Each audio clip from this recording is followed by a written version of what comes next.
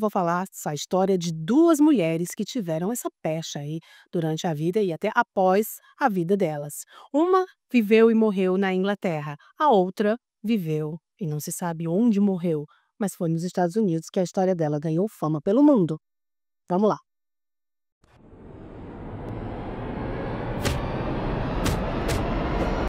O ano era 1488 em Yorkshire, um dos locais aqui mais ao norte na Inglaterra. E numa caverna, sim, numa caverna, nasceu um bebê chamado Úrsula Southale. A mãe, chamada Agatha, era uma órfã, tinha apenas 15 anos e se recusava a dizer o nome do pai desse bebê, o que levou a muitos a criarem uma teoria de que ela seria filha do próprio capiroto. A Úrsula ganhou essa fama porque ela tinha uma aparência um tanto fora do comum. Segundo relatos, ela tinha olhos muito grandes e esbugalhados e uma postura muito curva, o que daria a ela, claro, aquela imagem típica de bruxa. Além disso, a Úrsula vivia isolada e ela também lidava com ervas. Não era bonita, vivia isolada, lidava com ervas, tudo para ser chamada de bruxa. Mas ela tinha um ingrediente a mais. A Úrsula tinha visões, ela fazia previsões e isso atraía muitas pessoas, muitos clientes. As pessoas chegavam até ela dizendo que queriam se consultar para saber algo sobre que erva medicinal seria mais interessante, mas na verdade, elas queriam era saber das fofocas do além.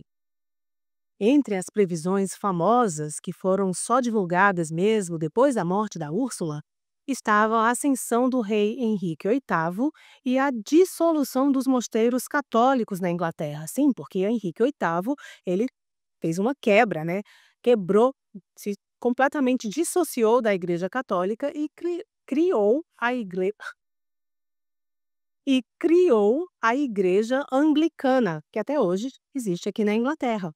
E ele fez isso porque ele queria se divorciar da primeira mulher dele, a rainha Catherine, para casar com Ana Bolena. A Úrsula também fez a previsão da ascensão da família Bolena. Ele casou com ela, teve a dissolução com a Igreja Católica e acabou com os mosteiros católicos em todo o reino. Outras previsões famosas foram a derrota da Armada Espanhola em 1588 e o Grande Incêndio de Londres, que aconteceu em 1666.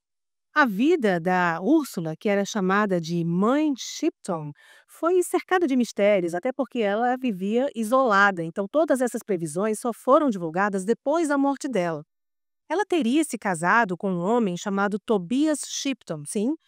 Mesmo com tudo isso contra ela teria se casado com esse homem. Não há informações se ela teve filhos. O que se sabe é que ela conseguiu escapar de toda e qualquer perseguição por bruxaria, que era bem comum naquela época, exatamente por conta desse isolamento. A mãe Shipton, como ficou conhecida, morreu, acredita-se, por volta de 1560 e alguma coisa, não há ainda uma data definida, não conseguiram fazer isso. Mas o local do nascimento dela até hoje é visitado por turistas e eles dizem que lá tem o poço petrificante, que qualquer coisa que você coloque nessa água vai se, né, endurecendo por causa dos minerais. É bem igual o que acontece com o nosso cabelo aqui, né? Porque, olha, a água daqui acabou com o meu, mas tudo bem, abafa. Dentre todas essas previsões da mãe Shipton, a que deixou muita gente de cabelo em pé foi a previsão da Revolução Industrial. Ela disse que a vida das pessoas, o modo como elas iam se comportar e viver, ia mudar. A economia e tudo o que era referente a isso. Complicado, né? A gente dizer que isso não existia.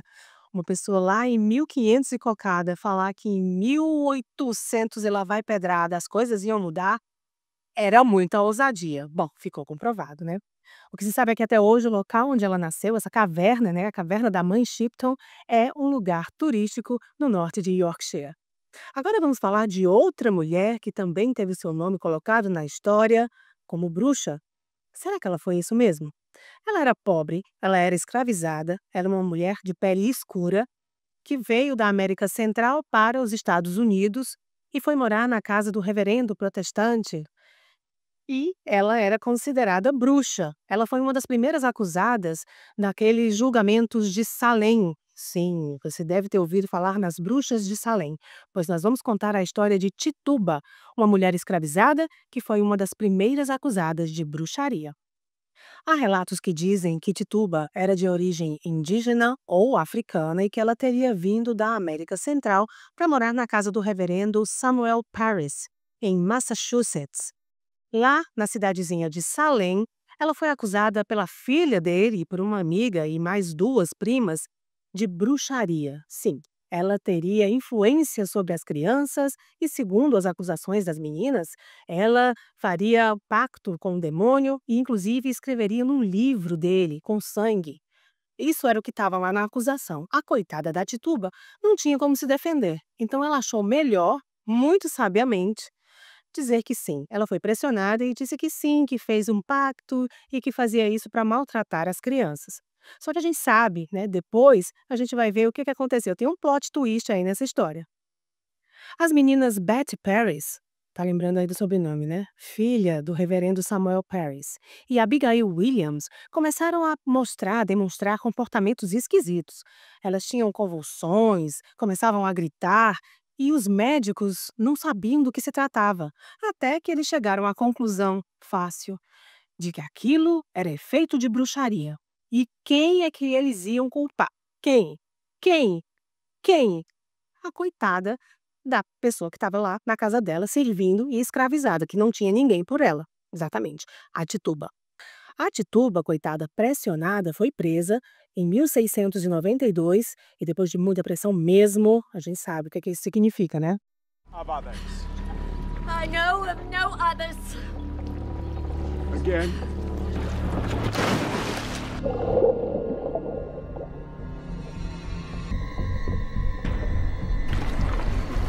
Aí ela começou a dizer que sim, que tinha visões de um homem alto, vestido de preto, de animais esquisitos e de um livro em que ela teve que escrever o nome dela com sangue. Tudo imaginação. Ela disse que as duas meninas, Sarah Good e Sarah Osborne, eram, né, cúmplices dela, o que virou um rebuliço. Naquela época, ser pobre, ser indígena ou negra, era condição sine qua non para você já ser pária. E principalmente se você fosse acusada de bruxaria. O que aconteceu é que a Tituba, ela achou que era melhor não ser torturada, então ela foi dizer que sim, que fez. E naquela época, os protestantes, eles achavam melhor, mesmo que fosse falsa, uma confissão, porque aí eles poderiam se dar ao direito de perdoar. Eles não gostavam que as pessoas dissessem que não, que eram inocentes. Ali eles achavam que elas estavam assinando um atestado de culpa. Vai entender.